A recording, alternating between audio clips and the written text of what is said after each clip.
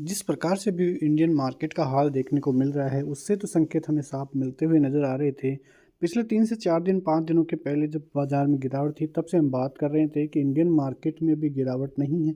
जबकि लोगों की साइकोलॉजी क्या थी कि इंडियन मार्केट में गिरावट होगी, और उनका मानना भी सही था, क्योंकि मार्केट ऑल टाइम हाई के लगभग था और उनके पोर्टफोलियो 10 से 15-20% तक डाउन साइड दिखाई दे रही थी। तो उनके मन में, सभी के मन में यही आ रहा था कि इंडियन मार्केट में तेज़ी नहीं है, यहाँ से गिरावट देखने को मिलेगी। और उसी के बीच में हम बात यही कर रहे थे कि जब लोगों की ये जो सोच है वो चेंज हो जाती है, तो मार्केट में हमेशा तेज़ी ही देखने को मिलती है, क्योंकि ये ऑपरेटर का प्लान होता है कि लोगों की सोच जो है मंदी की तरफ ले जाना और बाज़ार में तेज़ी लाना, और वैसा ही देखने को मिला और बाज़ार फिर से ऑल टाइम हाई पर जाता हुआ नज़र आया। तो अब देखना है कि किस प्रकार से इंडियन मार्केट में रिटेलर फिर से ट्रेफ होगा, क्योंकि अब जो है मार्केट ऑल टाइम हाई पर है।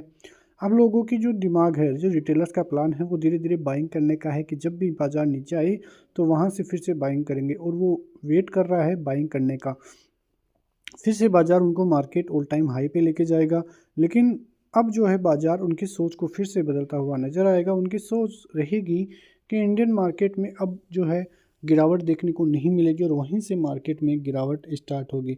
तो रिटेलर जो है वो ऐसे ही फंसता है कि जब मार्केट में तेज़ी होती है तो वो सोचता है कि मार्केट में और तेज़ी होगी, और वहीं से मंदी आना स्टार्ट हो जाती है। तो देखिए, जिस प्रकार की हालात अभी मार्केट में है, उसके पीछे क्या रीज़न है कि इंडियन मार्केट में कोई बड़ी रैली या बड़ी तेज़ी देखने को नहीं मिल रही है।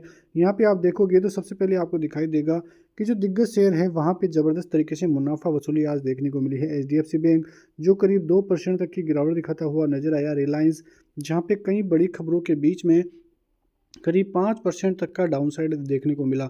तो ये जो कारण है वो ज़बरदस्त कारण हैं, जिनकी वजह से भारतीय बाज़ारों में काफ़ी ज़बरदस्त गिरावट देखने को मिली है, और काफ़ी ज़बरदस्त मुनाफा वसूली भी देखने को मिली है। क्वार्टर 3 के नतीजे आना स्टार्ट हो गए हैं, और उसके बीच में ऐसी चिंताजनक बातें आना बहुत ज़बरदस्त है। तीसरी तिमाही की जो प्रोविजनल बिजनेस अपडेट है, उसके बाद निवेशकों ने इस शेयर में ज़बरदस्त मुनाफा वसूली की है, और वहाँ पर ज़बरदस्त तरीके से गिरावट दिखाई दी है। दूसरा जो सबसे बड़ा कारण है वो टैरिफ की चिंता को लेकर है।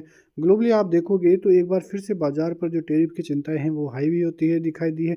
डोनाल्ड ट्रंप ने साफ साफ कहा है कि अगर भारत ने रूस के तेल पर जो है अमेरिका की मांगों पर ध्यान नहीं दिया, तो भारत पर टैरिफ और बढ़ाया जाएगा। और इसके बयान के बाद निवेशकों में जो है अनिश्चितता बढ़ी है, और बाजार में फिर से सतर्कता का माहौल देखने को मिला है।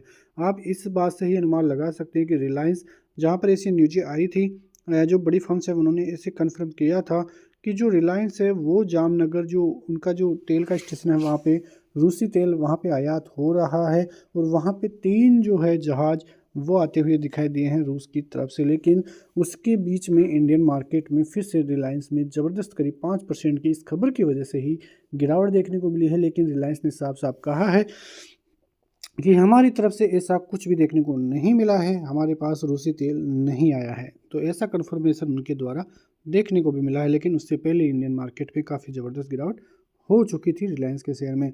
वहीं जो एफआईआईज है, उनका भी करीब ज़बरदस्त तरीके से जो है सेलिंग देखने को मिली है।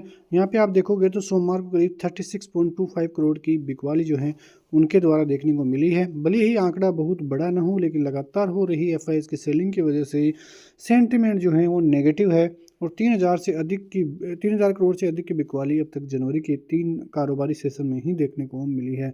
उसके अलावा आप देखोगे तो जो ग्लोबल स्तर पर जो राजनीतिक तनाव है, उनकी वजह से भी बाजार में काफ़ी ज़बरदस्त अस्थिरता देखने को मिल रही है। वेनेजुएला के राष्ट्रपति जो निकोलस मादुरो है, उनकी गिरफ्तारी की खबरों के बीच अंतर्राष्ट्रीय राजनीति जो है वहाँ पे अस्थिरता बढ़ी है, और उसकी वजह से ही गोल्ड और सिल्वर के भाव में भी काफ़ी ज़बरदस्त तेज़ी देखने को मिली थी, जिसके बाद इंडियन मार्केट में जो है एक हालात जो है वो बिगड़ते हुए नजर आए थे।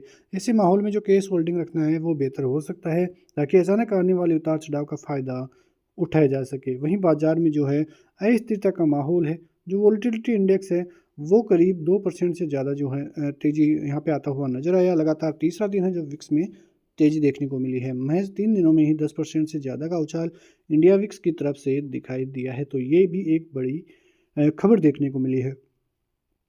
अब जो बेटर टेक्निकल एक्सपर्ट्स हैं उनका क्या कहना है, यहाँ पे आप देखोगे तो चॉइस इक्विटी ब्रोकिंग के टेक्निकल एनालिस्ट आकाश शाह का क्या कहना है। उनका कहना है कि बाजार एक सीमित दायरे में कारोबार कर सकता है और निफ्टी जो है एक बड़ा दायरा बना सकता है। निफ्टी जो है 26,100 150 के स्तर पर वहाँ पे सपोर्ट मिल सकता है, जबकि ऊपर की तरफ आप देखोगे तो 26,400 26,450 के आसपास 500 के आसपास रेजिस्टेंस जोन भी दिखाई दे सकता है। तो यहाँ से बड़ी खबरें आना स्टार्ट हुई है। देखिए, जब तक बाजार इस सोच में रहेगा कि यहाँ से बड़ी खबरें हैं, इस प्रकार की खबरें हैं, तो इस खबरों का असर इतना ज़्यादा देखने को नहीं मिलेगा। लेकिन जो ऑपरेटर अभी करता हुआ नज़र आ रहा है वो एक बड़ा इश्यू यहाँ पे देखने को मिल रहा है। देखिए, बैंक निफ्टी की तरफ से देखें तो बैंक निफ्टी का चार्ट यही कह रहा है कि आगे आने वाले दिनों में बैंक निफ्टी फिर से ऑल टाइम हाई पे जाके एक बड़ा फॉल क्रिएट कर सकता है। यहाँ पे आप लेवल्स की चर्चा करोगे तो फिलहाल तो बाजार जो है बैंक निफ्टी जो है अच्छे खासे लेवलों पे है। करीब 60,000 का सपोर्ट जोन अभी भी होल्ड किए हुए हैं, लेकिन बाजार में यदि 60,000 का जोन टूटेगा और करीब 59,800 का जोन से फिसलता हुआ बाजार नीचे आएगा तो एक बड़ी फॉल जो कि बाजार को 59,000 और 58,800 तक भी लेकर जा सकती है। तो आप इनको इंतज़ार करना है कि बाजार में फंसना नहीं है। मिलते हैं नेक्स्ट वीडियो में, तब तक के लिए जय हिंद।